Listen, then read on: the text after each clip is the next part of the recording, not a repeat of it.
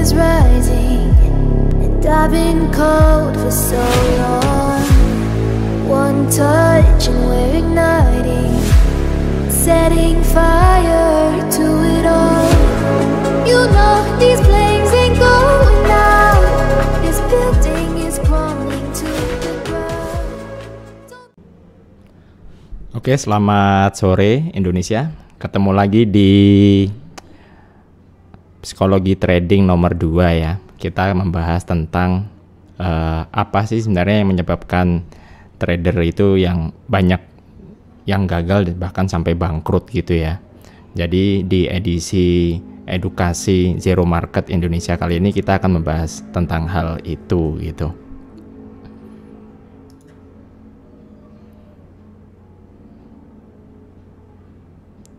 Oke, jadi di sini kita akan berbicara tentang psikologinya ya. Sebenarnya kenapa sih kalau orang trading forex itu 90% atau bahkan 80% atau berapa persen pun itu lebih banyak yang gagal gitu kan, jarang yang berhasil gitu ya. Nah, di sore kali ini kita akan ngebahas. Jadi yang pertama itu yang bisa menyebabkan kita kalah bahkan sebelum trading itu yang pertama karena adalah kita itu menganggap trading itu main forex. Tidak bisa kita pungkiri memang. Jadi memang banyak ya di luar sana di grup-grup forex ataupun di grup-grup sosial manapun menganggap bahwa trading forex itu main. Ya, entah kenapa mereka bisa bilang istilahnya main forex seperti itu. Kemudian yang kedua, ketika nanti teman-teman sudah mengerti tentang teori-teori trading, basic-basicnya, cara membaca market seperti apa, menggunakan alat analisanya seperti apa, yang menjadi ketakutan para pemula itu biasanya mikirin hal-hal yang seperti ini. Ini brokernya bandar bukannya gitu kan, terus wah jangan-jangan ada SL Hunter and so on gitulah. Jadi hal-hal atau pemikiran yang seperti itu ya justru itulah yang bikin Anda menghambat untuk bisa berhasil dalam transaksi per transaksinya. Kemudian yang ketiga itu pasti karena mayoritas pemula itu tidak memiliki fondasi yang kuat tentang forex online trading seperti yang sudah pernah kita bahas di webinar-webinar sebelumnya ya. Itu tentang basic trading itu gimana, 3 hal prinsip tentang forex trading itu apa, kemudian cara pengendalian risikonya itu seperti gimana. Itu karena mayoritas tidak mengerti saya entry 1 lot kah atau 0,1 lot. Banyak yang nggak ngerti gitu loh kenapa ataupun arti dari buy atau sell 1 lot itu artinya apa, banyak yang masih belum tahu. Kemudian yang keempat itu pasti sih karena memang emosinya tidak stabil. Saya bilang itu don't get trade while you drunk. Jadi misal sih realita di lapangan tuh gini, ketika teman-teman retail trader itu bertransaksi gitu ya, karena kita kan memang manusia, jadi pasti kan memiliki emosi gitu ya. Faktor emosi itu macam-macam, misalnya ya entah kita lagi berantem sama temen kek, atau berantem sama pacar kek, sama istri gitu kan, macam-macam faktornya yang bikin kenapa kita emosi kita tidak stabil. Nah, ketika emosi kita tidak stabil ya jangan trading, karena ya trading itu kan bukan sebuah keharusan, bukan artian setiap Anda lihat chart gitu kan, itu harus langsung trading gitu loh, kan nggak ada yang nyuruh. Kemudian yang kelima, itu bahkan beberapa pemula itu yang baru belajar punya pertanyaan, emang saya mampu ya gitu kan. Ya kalau Anda tidak memiliki niat atau Anda tidak memiliki sebuah passion untuk mempelajari hal apapun lah, nggak cuma trading gitu ya, kalau Anda mempertanyakan diri sendiri ya itu efeknya juga nggak bagus gitu loh untuk psikologi Anda. Kemudian ini saya kasih tahu untuk cara langkah-langkah untuk gagal tuh gimana sih gitu ya, kalau dalam realitanya dalam bertransaksi gitu. Jadi yang pertama, Anda itu hanya memikirkan keuntungannya. Oke. Jadi maksudnya memikirkan keuntungan tuh gimana gitu kan? Ya realitanya memang banyak orang itu entry, setelah entry gitu ya, nge-buy atau nge-sell, mereka bingungnya gimana? Bingungnya saya harus exit di berapa ya? Terus itu kalau posisi untung ya. Terus kalau saya lagi rugi, saya juga harus cut loss-nya di mana ya?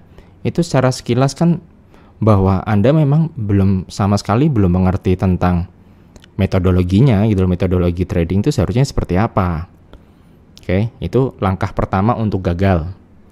Kemudian langkah yang kedua adalah berharap modal $10 jadi $1.000, bahkan $10.000 dalam waktu singkat.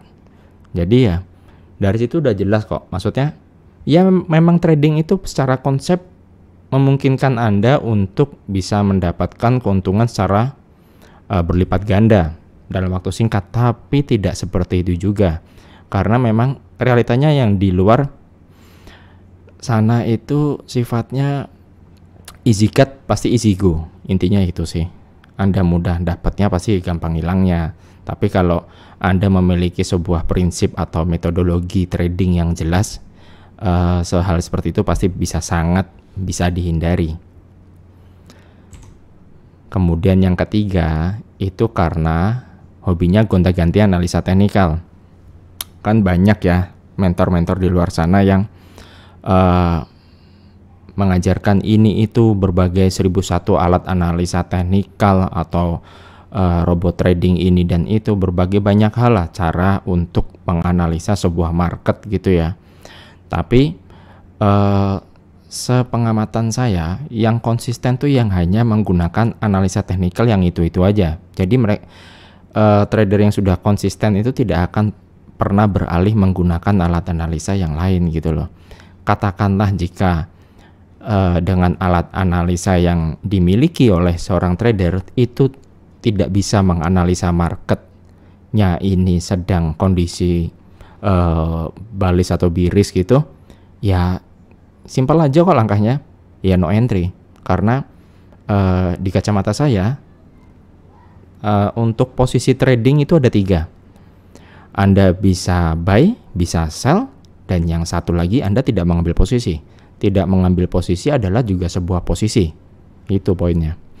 Kemudian langkah keempat untuk menjadi gagal dalam trading forex yaitu menyalahkan faktor eksternal jika terjadi kerugian atau margin call atau stop out. Jadi gini,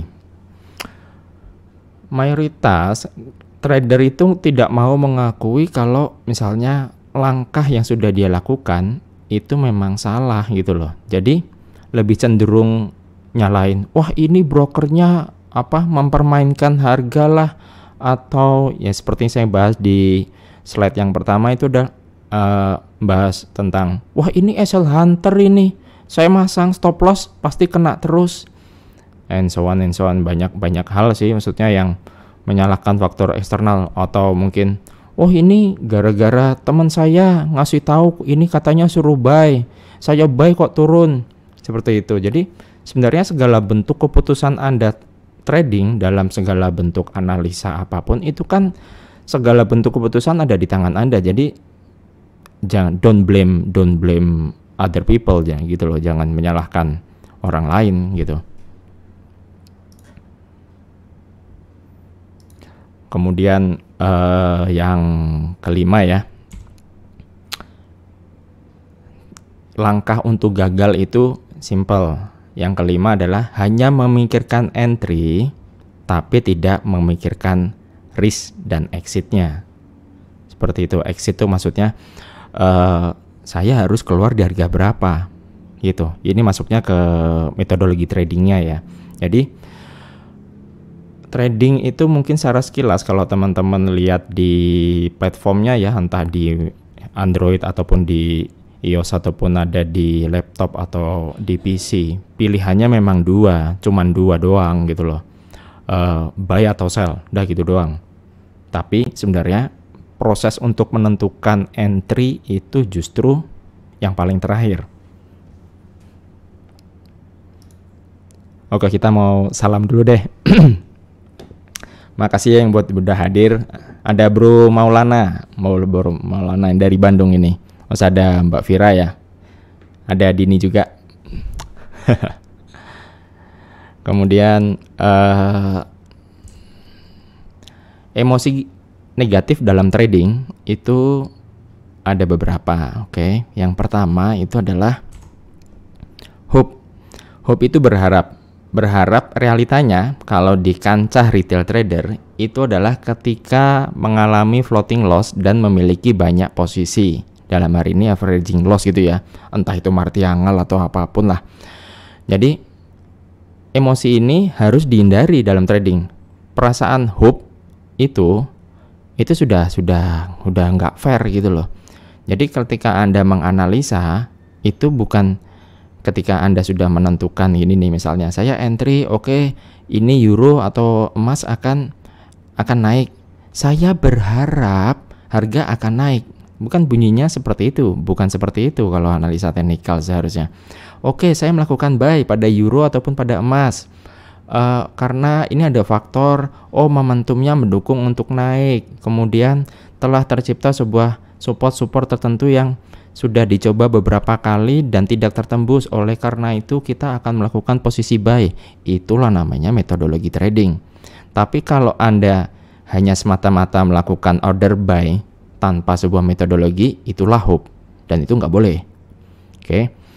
Kemudian yang kedua itu adalah fear. Fear itu bisa dipengaruhi, realitanya yang pernah saya alami sekalipun ya, saya pribadi, itu dipengaruhi karena faktor lot size terlalu besar atau modal terlalu kecil dan ketidaktahuan akan basic analisa market.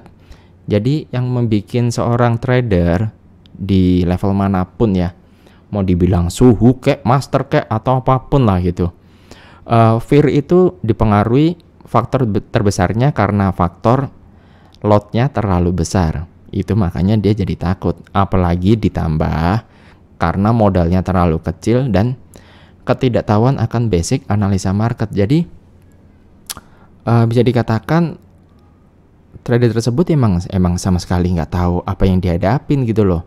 Oke, saya mau entry nih, tapi jangan-jangan turun, jangan-jangan naik gitu kan.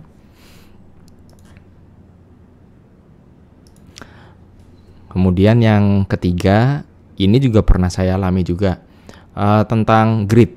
Itu tidak mengenal kata cukup ataupun tidak memiliki ekspektasi dalam profit.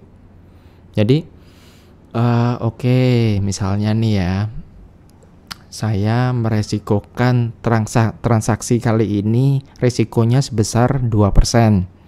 Di akhir transaksi saya memiliki ekspektasi keuntungan berdasarkan risk reward ratio yang sudah saya analisa, saya bisa mendapatkan gain 4%. Dari situ kan kelihatan ya bahwa risknya 2%, gainnya 4%. Nah, mayoritas trader setelah mendapatkan 4% tersebut biasanya akan timbul, kok hasilnya cuma sekian ya gitu, atau ya tidak mengenal kata cukup itu, maka terjadilah posisi overtrade ataupun analisa tanpa perhitungan yang secara cermat. Itulah posisi greed itu karena biasanya karena faktor modal terlalu kecil dan hasilnya terlalu kecil. Itu sih. Jadi faktor greed itu dipengaruhi oleh karena faktor modal dan ekspektasi keuntungan yang di bawah ekspektasi. Misalnya di entah teman-teman percaya atau enggak ya, di bawah alam sadar saya menginginkan profit saya hari ini paling enggak $50, tapi realitanya di lapangan modal Anda terlalu kecil untuk mendapatkan level $50 tersebut. Jadi efeknya apa? ya itu jadi greed, jadi overtrade atau overload bahkan seperti itu. Jadi kalau saran saya buat teman-teman jauh sebelum kalian tuh download aplikasinya and so on, atau yang belajar saya bisa dapat berapa persen, lebih baik tanyakan kepada diri sendiri dulu, Anda itu pengennya dapat profit berapa persen, atau mungkin kalian bisa mengatakan saya menginginkan sebulan angkanya sekian dolar gitu. Lebih baik ngomong kayak gitu daripada nantinya akan timbul rasa greedy. Kemudian emosi negatif yang keempat dalam trading itu adalah overconfident. Ini saya juga sudah pernah mengalami. Jadi ketika nanti teman-teman itu sudah mengerti tentang alat analisa, yang teman-teman sudah konsisten nih menggunakan misalnya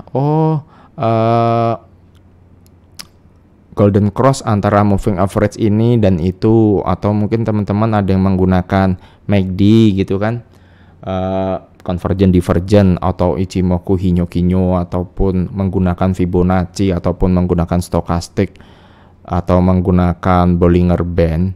Kemudian teman-teman sudah merasa klik terhadap alat analisa tersebut, jangan pernah sekali-kali overconfident gitu loh. Kenapa?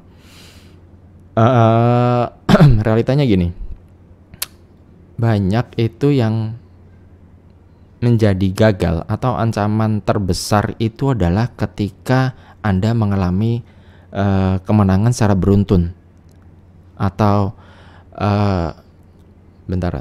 katanya Napoleon kalau nggak salah ya, tolong koreksi deh. Jadi bukan resiko, ancaman terbesar itu datang ketika Anda meraih kemenangan. Jadi ada, kalau nggak salah sih gitu bunyinya. Jadi ancaman terbesar itu adalah ketika Anda mengalami kemenangan besar, itu justru ancaman terbesarnya di situ. Jadi jangan merasa overconfident, wah bener ya alat analisa ini ternyata sakti banget gitu kan. Dan teman-teman mulai mencoba menjadi seorang guru besar, atau berani ngomong-ngomong ke grup sosial, ini loh saya bisa menghasilkan sekian. Sebenarnya hal seperti itu nggak perlu gitu loh, karena pada prinsipnya seperti yang saya pernah bahas di webinar sebelumnya, bahwa trading forex secara konsepnya itu adalah bisnis personal, kecuali kalau untuk teman-teman yang bergerak di sebuah company ya gitu ya, kemudian company tersebut membuat sebuah diversifikasi pendapatan masuknya ke margin trading, itu beda cerita. Tapi kalau as personal trader nggak perlu soal seperti itu sih. Kemudian nah ini setelah kita tadi tahu tentang emosi negatif dan kemudian cara gagal dalam trading, ini sekarang saya akan beritahukan tentang cara konsisten dalam trading forex itu gimana sih. Oke, yang pertama, trading setup itu adalah menentukan potensi risk, potensi gain, baru kemudian entry. Jadi bukan entry dulu baru mikirin risk dan potensi gainnya. Saya yakin 80% di luar sana bilang entry, buy, pound sterling atau sell euro gitu kan. Realitanya kalau di grup-grup sosial ataupun di grup manapun lah, Telegram manapun, itu mayoritasnya hanya bilang entry-nya doang. Tapi kalau ditanya risknya di mana bro gitu kan, jarang-jarang sekali yang mengekspos potensi risknya di mana. Mereka cuma seenak udelnya aja gitu loh, ngomong buy di sekian, sell di sekian, oke gitu kan, tapi nggak ngasih tahu soal potensi risk gitu loh. Kan sifat dasar dari forex itu kan high risk dan high gain. Berarti yang dipikirin dulu apa anak-anak? Ya pasti dong risknya gitu kan. Risk yang disebutin pertama kali.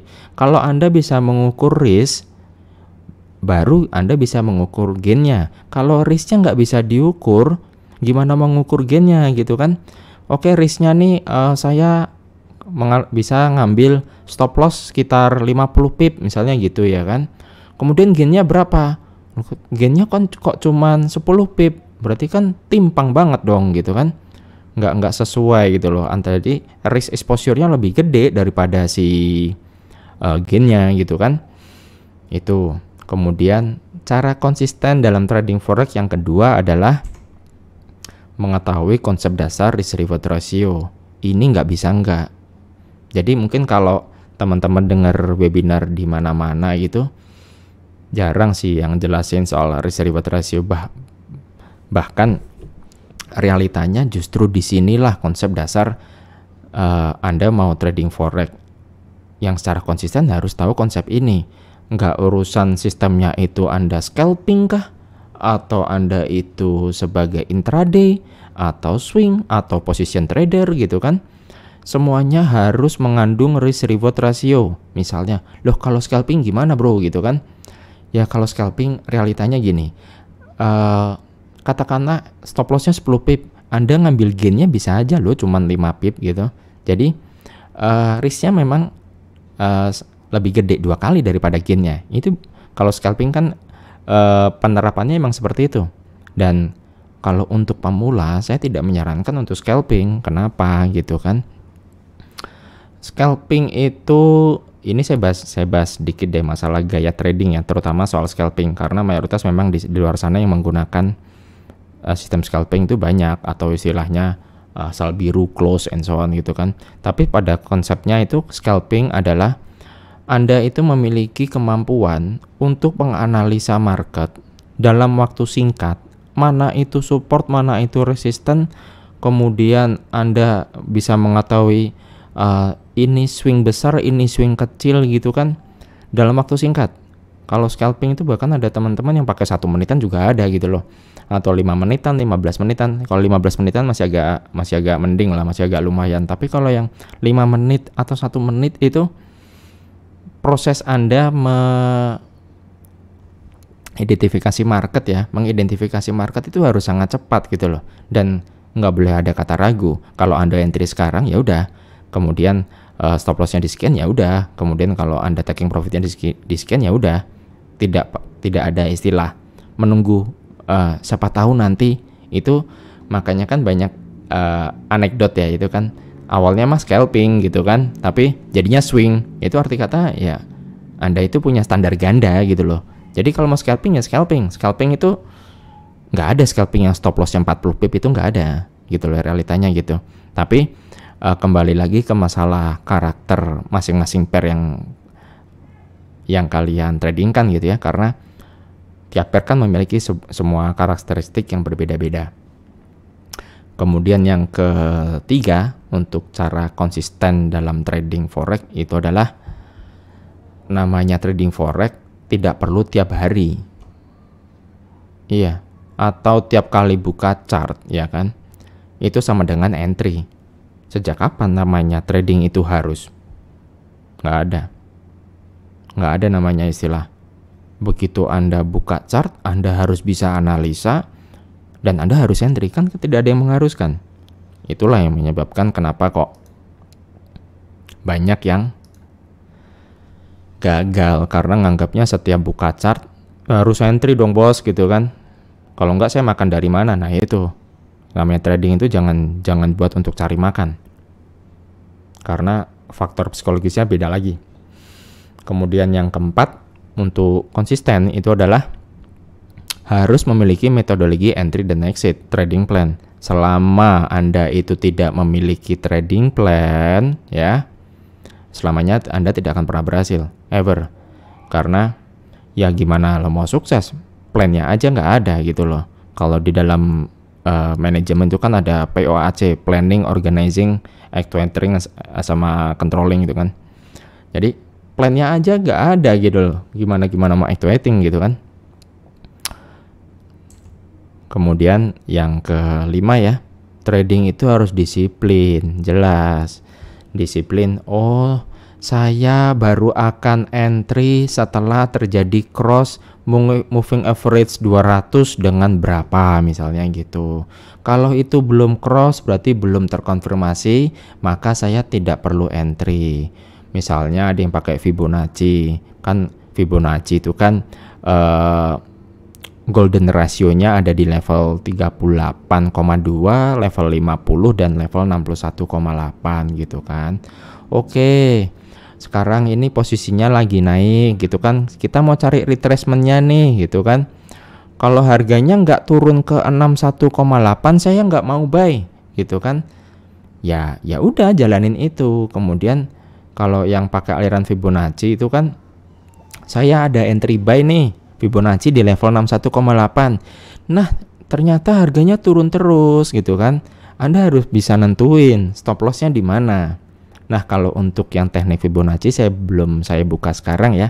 Nanti ke depannya kita masuk ke seri untuk intermediate-nya, kita akan membahas di sana cara membaca Fibonacci itu seperti apa. Kemudian yang keenam, orang trading itu harus logik dan realistis. Seperti yang saya bahas di slide sebelumnya ya. Jangan berharap modal kecil jadi besar. Kecuali kalau Anda mau gambling gitu.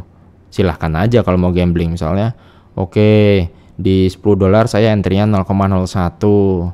Di $20 saya entry-nya 0,02. Sampai seterusnya gitu kan. Jadi semakin besar modal, Anda semakin besarin lot-nya. Gitu. Jadi realitanya kalau di lapangan kan seperti itu. Banyak teman-teman yang saya lebih baik rugi $100 lah ya. $100 itu 10 kali daripada saya harus entry deposit $1.000 1 kali. Jadi secara niatnya udah beda. Saya mendingan gagal 10 kali gitu loh daripada $1.000 1 kali gitu loh. Jadi secara mindset udah berbeda antara orang yang memang berniat untuk bertransaksi, kemudian membangun portofolio yang baik gitu kan. Kemudian bisa mendapatkan hasil yang konsisten. Itu secara niatnya beda antara yang $100 dengan yang $1.000. Realitanya seperti itu. Dan kalau kita logik, kita harus berpikir bahwa Anda nggak bisa semena-mena hanya saya selalu harus mendapatkan 100% per minggu atau per bulan. Jadi kalau ya kita tahu kok di luar sana kan juga banyak copy trade gitu lah ya. Bisa berani ngomong target kita dalam seminggu berapa dolar gitu. Katakanlah modalnya $100, kita target seminggu minimal $50. Itu kan kesannya kayak ya lu hebat banget men bisa nentuin kayak gitu kan. Tapi sejak kapan trading bisa dipatokkan seperti itu gitu loh. Itu nggak logik gitu loh. Kemudian yang terakhir, ini yang paling berat yang bisa dilakukan oleh semua trader, adalah mengakui kesalahan di masa lalu. Jadi maksudnya gimana gitu kan?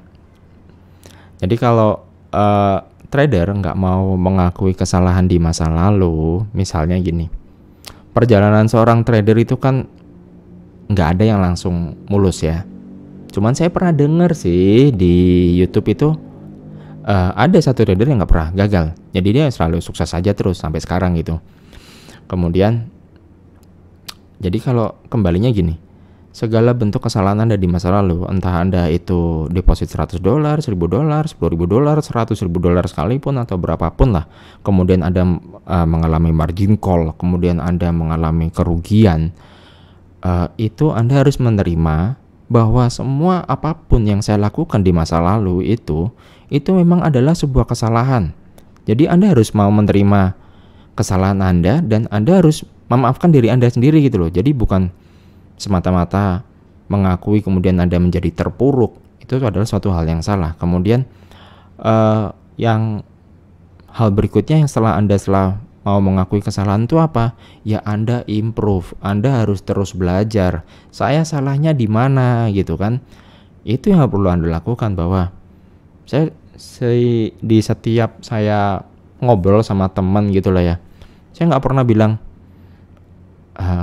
kamu pasti langsung berhasil. Saya nggak pernah ngomong kayak gitu. Makanya kalau di lapangan mungkin saya lebih terkenalnya demotivator. Kenapa? Jadi saya punya prinsip seperti ini sih. Kalau Anda tidak bisa mengerasi diri Anda sendiri, maka dunia akan lebih keras kepada Anda. Jadi tidak ada cara lain selain Anda kalau ingin sukses ataupun konsisten dalam trading forex itu adalah selalu improve kemampuan Anda, terutama dalam risk manajemennya. Udah itu aja intinya konsepnya. Jadi Untuk tema kali ini adalah lebih ke psikologi semua ya teman-teman ya. Kalau misal teman-teman ada mau pertanyaan silakan deh, saya tunggu. Oke, belum ada ya. Jadi gini,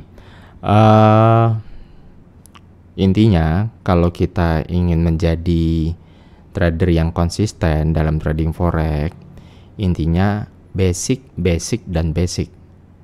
Tidak ada ceritanya Anda langsung download MT4 kemudian praktek demo buy and sell, itu nggak bisa. Konsepnya adalah back to basic. Kalau Anda ingin belajar gitu ya, yang benar loh. Jadi bukan cara cepat kaya atau ikuti program kami untuk auto sultan, nggak ada ceritanya kayak gitu. Jadi pada konsepnya adalah mempelajari hal basicnya dulu. Anda belum bisa berenang langsung nyemplung, itu kan sama saja bunuh diri kayak gitu. Oke, mungkin untuk edukasi kali ini sementara gitu dulu ya teman-teman. Terima kasih atas waktunya. Assalamualaikum warahmatullahi wabarakatuh.